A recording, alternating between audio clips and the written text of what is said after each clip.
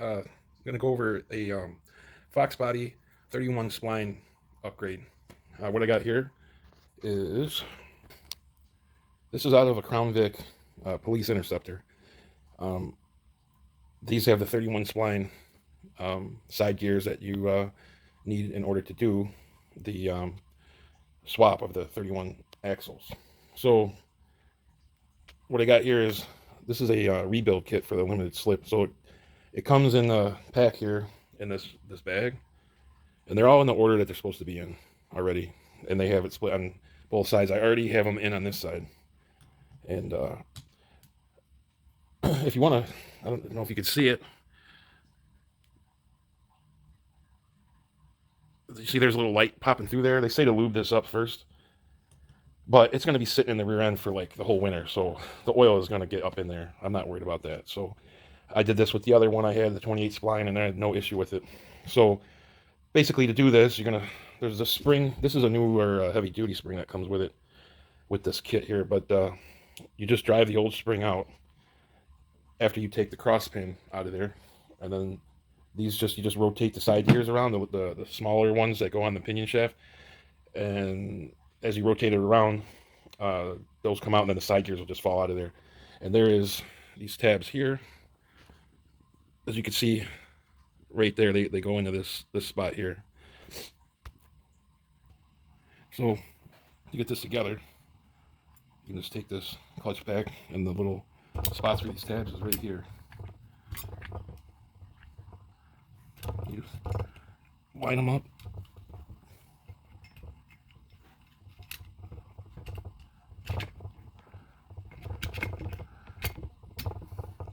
Now it's all the way up as far as it can go. So now you want to take these side gears, and you want to put them in exactly the same spot across from each other, so you're able to put the pinion shaft in. And don't forget, there's a little washer that goes behind it. I can see, because you're going to want to be able to put the shaft in.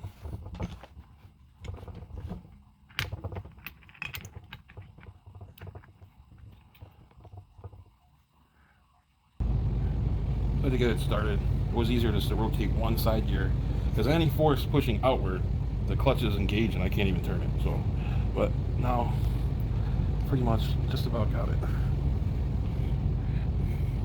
You just need to get it until the holes line up, like that. Now I'm going to probably finish this thing tomorrow, but I'll just continue the thing. But as you can see, the pin is supposed to go through. I gotta go this a little more.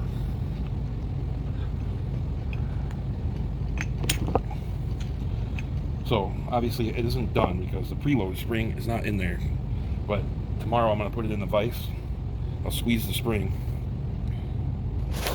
I'll put it in the vise, squeeze the spring. It goes in like this, and you just push it in until it's in the center, and that puts preload on these. And then well, you'll have this pin out, put the spring in, then put the pin back in just to hold everything together until you're ready to put it on.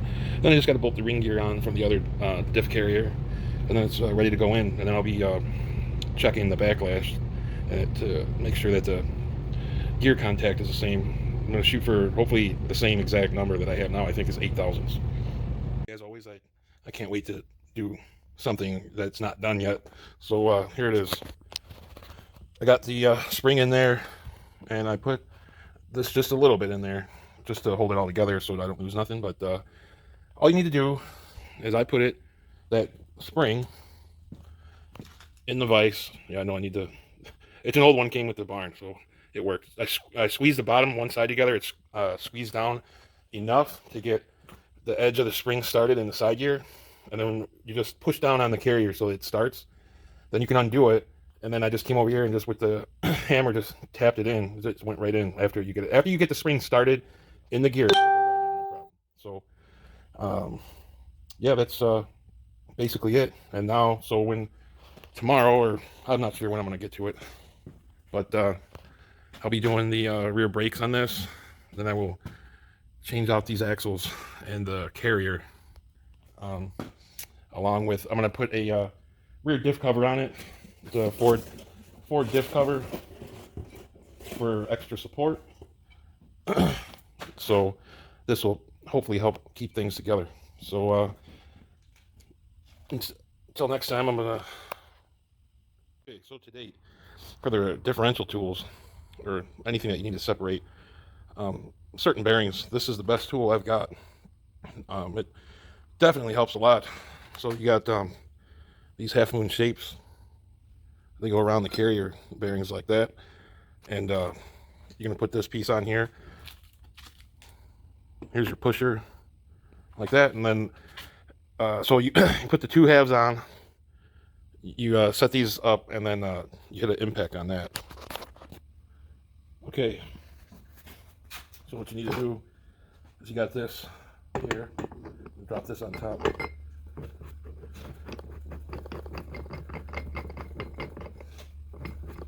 I'll back it down so I can get the most out of the threads here. This beats having to take it to a shop all the time.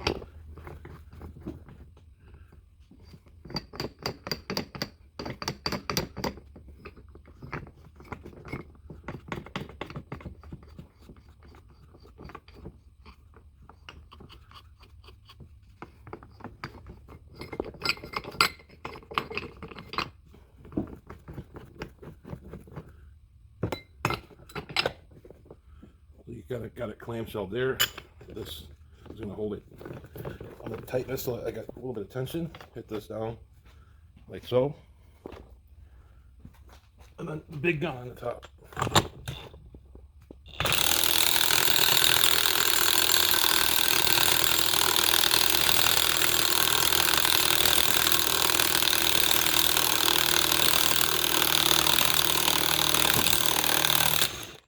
And that's that. Pull it right off. So there you have it. Carrier with the bearings removed. I have a press in the back to put the new ones on. So what I like to do here is I cut the outer race, or not the outer race, but the cage off with the bearings. And then when I go to put the new one on, I'm going to use the thinner side surface with the new bearing sitting on there, and I'm going to push it down that way. That way I can get it seated all the way because it goes a little bit past flush. Now, as you can see, I got that old race on top. I have that little thing sandwiched on top because I didn't have anything thin enough. And just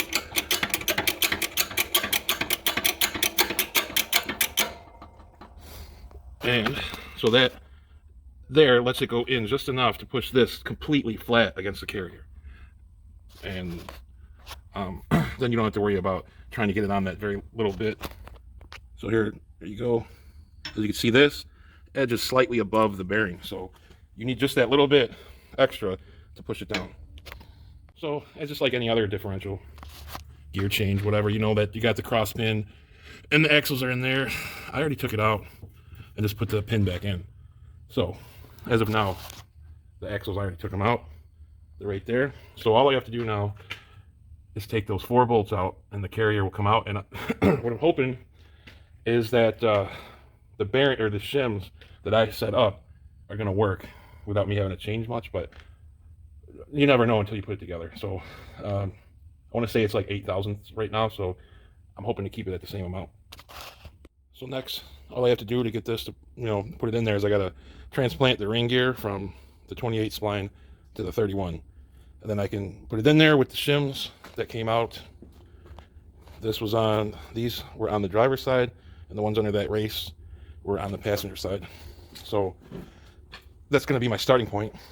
As long as I get between, say, 8 and 10 thousand, so I like to go for 8, I'm going to call it good, and then I can button the rest of it up.